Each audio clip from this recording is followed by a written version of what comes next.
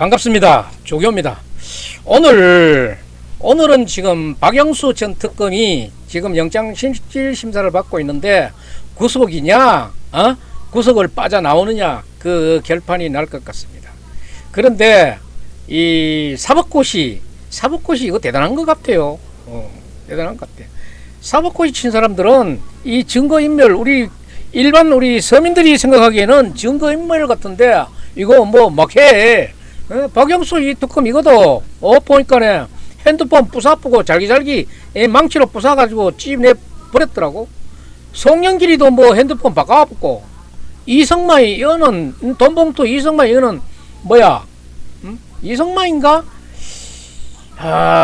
박영수하고 같이 댕기는 변호사인가 하는 사람 노트북을 또 말이야 완전히 포맷을 새로 해버렸다 그러더라고. 이게 국회의원이나 사법고시에 있는 검판사들 이렇게 법 마음대로 주물러도 돼? 이런 거 당장 구속해야지. 뭐 볼 게 있어. 자, 지금 여기 제목에 걸려있는 것부터 한번 읽어보겠습니다. 박영수 왜 망치로 핸드폰을 부셨어? 그 구속 아니야? 이런 내용이에요. 안녕하십니까. 조교 논평 시작해 보겠습니다. 오늘은 박영수 전 특검이 지금 혐의를 받고 있는데 오늘 영장 실질 심사를 받고 있는데 그간에 있었던 일로 보면은 중요한 문제 하나가 핸드폰을 망치로 부숴버렸어요.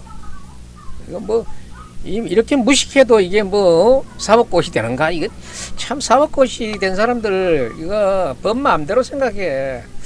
오늘 오전 10시 30분경에 서울중앙지법에서 박영수 전 특검에 대한 구속영장 실질심사가 진행됐습니다. 지금까지도 진행되고 있습니다. 지난번에 한번 이 구속영장 청구했다가 실질심사됐다가 그거는 미꾸라지처럼 빠져나왔어요. 빠져나왔는데 그게 언젠가 하니까 6월 30일경이라고 기억이 됩니다.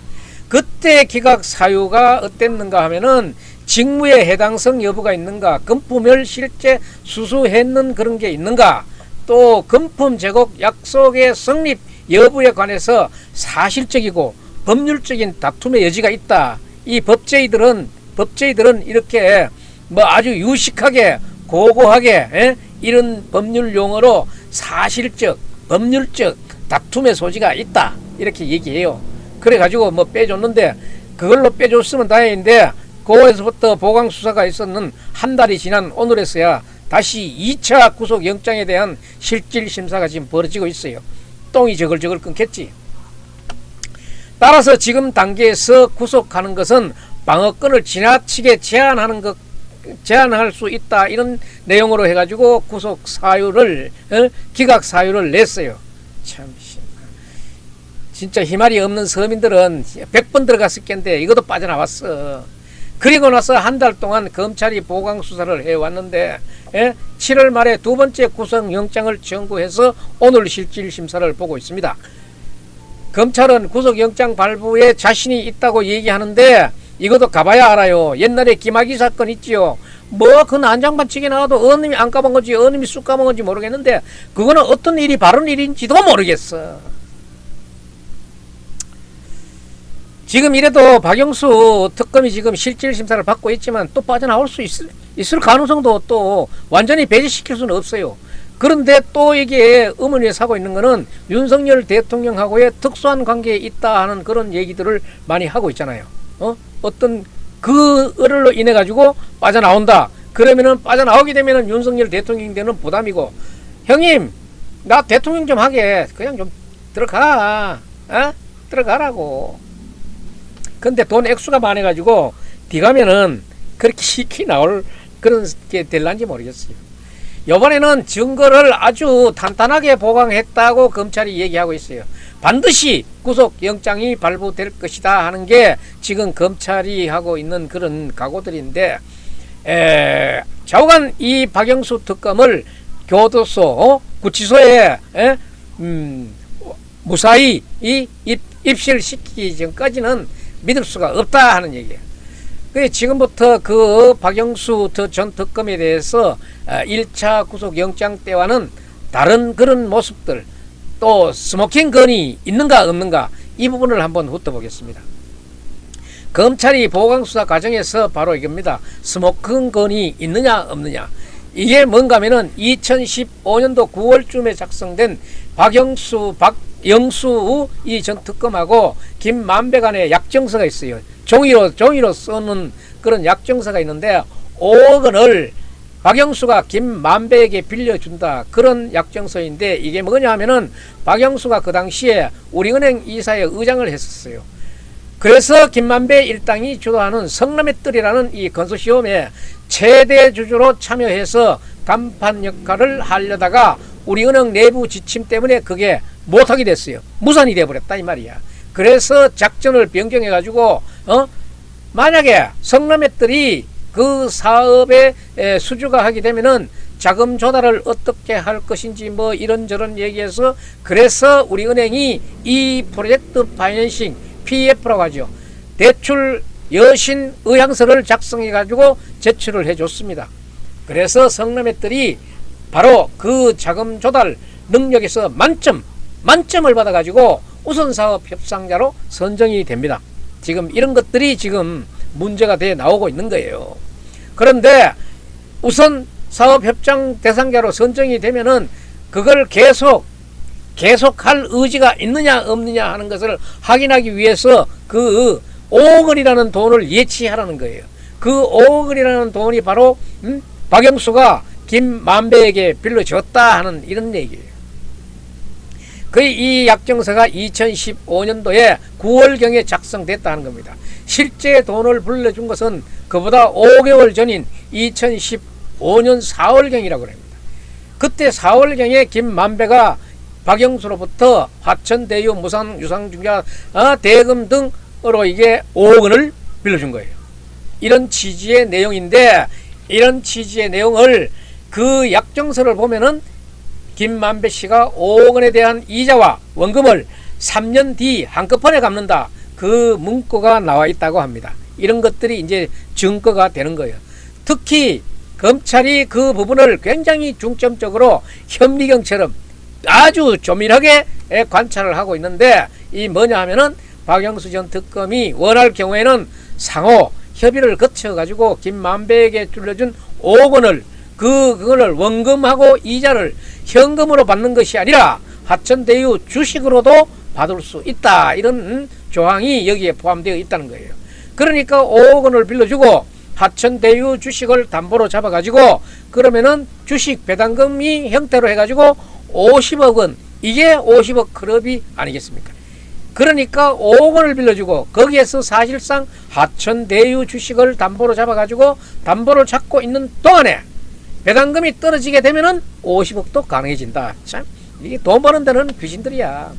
왜냐하면 이게 수백 배 수천 배를 다 뻥튀기 하지 않습니까 지금. 그래서 지금 전호동 뭐 1호부터 2호 3호 4호 5호 6 7호 바로 이렇게 나가잖아요. 그래서 수백 배 수천 배 뻥튀기 하는 그런 것이기 때문에 5억 원을 빌려주고 100억 원을 받는다. 이건 10배 아닙니까? 10배 20배 됩니다. 안 하기 때문에 그 당시에 대장도의 사업 구조를 이렇게 보면은 충분히 가능했다 하는 그런 얘기들이에요. 이게 바로 박영수 50억 클럽의 핵심 증거 스모킹 건이 아니겠는가 하는 이 중요한 이번에 보강되는 이 수사고 또 이걸 검찰은 이 부분을 믿고 이번에 제2차 구속영장을 청구했는 거예요. 그래서 오늘 실질심사가 이루어지고 있다. 원래 우리은행이 거기 컨설팅의 최대 주주로 참여하게 되면은 50억이 아니라 200억 뭐 건물 상가 단독주택에서 200억 상당을 받기로 했답니다. 그 최대 주주로 참여하는 것은 이제 없어져 버렸어요. 무산돼 버렸어요. 무산돼 버렸고 이게 이제 PF 대출 의향서 작성을 해가지고 거기에 만점 받도록 해주는 역할을 해주는 거예요. 우선 사업 대상자, 우선 협상 대상자가 됐는데 근데 5억 원은 거기에 이제 보증금 일체로 들어가는데 이거는 원래 또 박영수 돈도 아니랍니다. 이게 박영수 돈도 아니고 박영수의 외사촌 동생이면서 또 김만배하고는 동업 관계에 있는 분양 대행업자 이기성이라고 있어요. 이기성이의 돈이라는 거예요. 이기성이 이거를 박영수에게 보내주면서 박영수가 이거 김만배에게 꺼졌다 이렇게 말로만 하는 것 같아. 자기 돈으로 꺼졌으면 몰라도 자기 돈도 아닌 김만배 동업자의 돈 5억 원을 받아가지고 자기가 꺼주는 식으로, 그래서 박영수 계좌를 통해서 하천더유 계좌로 들어가는 거 아닙니까? 그런데 박영수는 이제까지 여기에 대해서 어떤 변명을 한 게 없다 그래요. 그러면은 김만배의 부탁으로 이기성의 그 자기 자금을 박영수 계좌를 통해서 보내달라 이래 함으로 해가지고 김만배의 부탁으로 그런 것뿐이지 나는 거기에 실질적으로 관여한 바가 없다 이랬는 거야.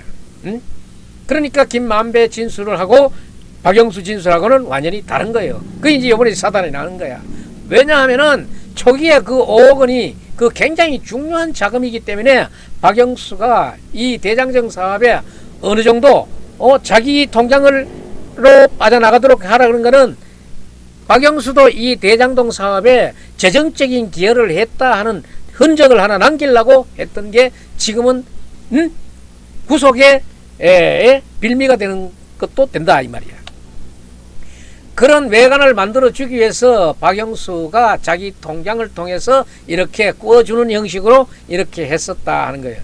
이제 그게 2015년도 4월, 5월, 그 9월인데 약정서까지 작성을 하고 3년 뒤에 이자 원금을 갚는데 원할 경우에는 하천대유 주식 일부를 담보로 제공한다. 이 조항을 넣어가지고 사실상 50억의 길을 만들어줬는 것이 아닌가 하는 거예요. 이게 바로 스모킹 건이 되지 않겠느냐. 그런데 박영수가 요거를 지금까지도 이것을 꽁꽁 숨겨왔는데 이번에 이게 드러나면서 검찰은 이거를 빌미로 해서 2차 구속영장을 청구하게 된 겁니다. 그래서 혐의를 입증할 스모건이 된다는 거예요. 그래서 검사 출신이고 특검을 했던 박영수가 이거를 모를 리가 없지요. 아니까 숨기는 거야. 끝까지 숨기다 이번에 들킨 거예요. 원래 문재인 정권 말기에 2021년 11월에 박영수가 한 차례에 소환이 돼가지고 조사를 받은 적이 있는데 그때도 이거를 누군가에게 넘겨놓고 또 은폐시켜 안 보여줬다는 거예요. 그러다가 올 초에 이제 박영수에 대한 수사가 재개되면서 박영수가 또 압수수색을 당했는데 그 직전에 제3자에게 그 전달을 이런 얘기들이 있었어요. 그래서 검찰이 1차 구속영장이 기각되고 나서 보강수사를 벌이는 과정에서 이것이 딱 잡힌 거예요. 그러면서 이제 구속영장, 첫 번째 구속영장 기각 사유가 기각 사유에다가 요거를 하나 더 보태서 사실적 법률적 다툼의 여지가 있다고 했던 이 부분을 이 스모킹 건이 대체를 해서 2차 구속영장이 지금 들어가고 있는 거예요. 그래서 구속영장 발부되기 위해서는 검찰이 제기한 범죄 혐의가 사실상 소명되고 있고 법리적으로도 지금 소명이 되고 있다 그러면은 증거인멸 또는 도주의 우려가 1차 영장보다는 보강되었다. 이렇게 검찰이 보고 있는 거예요. 보강됐으니까 구속이 될 것이다. 이렇게 보고 있는 거예요. 그런데 지금 박영수 같은 경우에는 돈도 받은 게 있지만은 또 이게 딸도 그 회사에 다니면서 지금 입건 상태에 있고 지금 상태가 워낙 안 좋습니다. 그리고 원성을 많이 사고 있는 인물이에요. 이런 일들이 정상적으로 벌어졌다 그러면 모르는데 그게 지금 정상적으로 벌어진 게 아니기 때문에 지금 구속영장까지 취해졌는 거 아닙니까? 이런 것 자체가 아주 법으로서는 연중에 또 법을 좀 안다는 사람으로서는 할 수 있는 일이 아니에요. 박영수 측에서는 그 시비라고 되고 있는 게 기사가 되고 있는 게 그렇게 문제가 되지 않는다고 이렇게 얘기할 수 있을지 모르지만은 그거는 그 사람 생각이고 박영수 변호사가 변호사로 일하면서 고소득을 올리고 있었는데 2016년 11월에 박근혜 대통령 특검을 하면서 특검을 하니까 특검에 나오는 월급이 아무리 많으면은 변호사 수입보다는 적었으니까 수입이 확 줄었잖아요. 그래서 이제 자기 딸이면서 그 이혼하고 왔는 자기 딸 박수열이가 상당히 소비 수준이 높았던 그런 씀씀이가 컸던 그런 딸내미였는 말이죠. 그 이제 딸내미 지작거리를 박영수 특감이 하면서 돈이 필요하다 보니까 여기저기 막 쓸려 다니는 것 같아. 그리고 그 딸이 썼는 그런 부분들을 메꿔주기 위해 가지고 김만배하고 또 얘기를 이런 수작을 피하는 것 같고, 11억이라는 돈도 있고 노골적으로 지금 박영수의 증거 인멸 행위로 드러나는 거는 뭔가 하면은 원래 2월 달쯤으로 되는데 망치로 이제까지 멀쩡하게 자기가 잘 쓰고 오던 그 핸드폰을 망치로 부셔버렸어.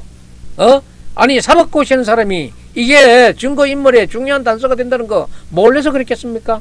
진짜 이거 3억 고시들 법을 너무 무시해요. 진짜 이런 사람들은 쳐여가지고 못 나오고 해야 돼.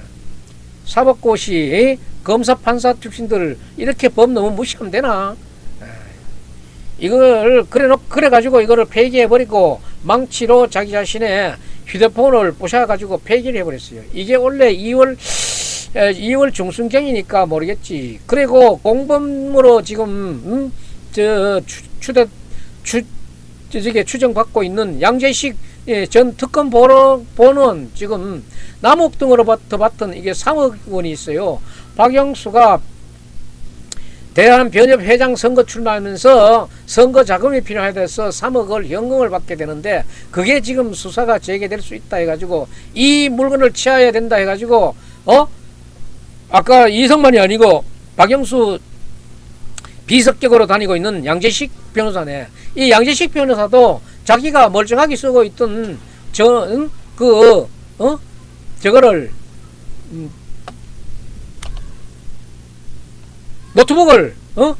노트북을 저걸 해버렸어요. 박영수는 자기가 쓰고 있던 휴대폰을 부사보고 새로 개통하고 이 사람들이 이래가 되겠어요. 근데 요때 하필이면 둘이 만나가지고 곽상도 50억 클럽을 최초로 구속된 것이 곽상도였는데 곽상도가 1심에서 무죄가 나왔어요. 무죄가 나오니까 이 사람들은 환호성을 질렀겠지. 무죄가 나오다 보니까 이제 50억 클럽의 6명 중에서 가장 그래도 국민의힘하고 가까운 사람이 곽상도 아닙니까? 그러니까 이제 일각에서는 국민의힘이 힘을 쏘줘가지고 곽상도가 무죄를 받았다. 이제 이렇게 뒤덮어 씌우는 거예요. 윤석열 정부가 그거 뭐 봐주겠습니까? 그런 억지의 소리는 지우고 지금 법대로 해나가야지. 그래서 박영수가 양재식을 만나가지고 증거인멸을 모의했던 것이 원래 2월 16일경인데 민주당의 박원근이 그때 원내대표였어요. 박원근 대표가 지금 특검이 불가피하다 이렇게 얘기하니까 민주당 같으면은 국회에서 절대 의석을 차지하고 있는 민주당이 특검하자 그러니까 아무래도 특검 갈 것 같으니까 일단 뭐 눈앞에 보는 거는 정리해야 되겠다 싶어가지고 휴대폰 같은 거 망치로 두세 부사보고 공범이 양재식도 노트북 이거 포맷 해가지고 싹 갈아 엎어버리고 이래 했던 거예요. 이게 그래가지고 압수수색에 대한 그런 정리를 그때 했는 거예요. 이게 전부 다 법을 무시하고 법을 증거를 인멸하는 그런 현장 아닙니까? 이 사람들을 전부 구속해야 돼. 예? 이게 곧바로 그런 그 압수수색 영장이 청구될 그런 걸 예상하고 망치로 뽑고 포맷하고 갈아엎고 했던 거 아니야. 이 지금 박영수 전 특검 같은 경우에는 대검 중수부장하고 서울 지역의 고검장까지 했는 아주 이게 검찰로서는 아주 진짜 정말로 최고위급에까지 갖는 이런 사람의 머리에 이런 똥만 자가 되겠어요? 이번에 꼭 이 사람 구속영장 기각된다 그러면은 법원도 진짜 많은 지탄을 받을 거예요. 이런 식으로 증거인멸 해놓고 뻔뻔하게 자기는 허구 사실로 검찰에 압수수색 당하니까 참담한 심정이다. 이따우 소리를 했는 거야. 이런 입장문을 지금 박영수가 발표한 일이 있어요. 그 다음에 범죄 혐의를 소명할 수 있는 이 좀 전에 얘기했던 스모건, 그 5억 원 얘기 있잖아요. 이게 구속영장이 발부되는 아주 중요한 단서가 돼가지고 이 박영수 특검을 오늘 구속영장이 확실히 매듭이 짓는 그늘은 날이 될 것으로 저는 예상을 하고 있습니다. 또 박영수 특검 같은 경우에는 구속이 돼야 당연하다고 생각합니다. 그래야 윤석열 대통령도 또 그런 부지불식간에 그런 오해에서 벗어나는 거예요. 그리고 박영수 특검도 자기가 지은 죄가 잘 알 거 아니야. 사법고시 해가지고 서울고검장까지 했으면은 내 죄가 얼마고 형량이 얼마 정도라는 것도 알 거 아니야. 그러면은 깨끗하게 두 손 들고 형량 다 받고 죄값 다 치르고 그렇게 나오시기 바랍니다. 오늘 구속영장을 그래도 우리는 주의 깊게 관심 있게 지켜보도록 하겠습니다. 오늘 논평 여기서 마치겠습니다. 여러분, 조교 방송이 구독자 5만 명을 넘었습니다. 그런데 지금 10만을 목표로 지금 가고 있으니까 여러분들이 지금 구독 좀 눌러주십시오. 오늘 논평 여기서 마치겠습니다.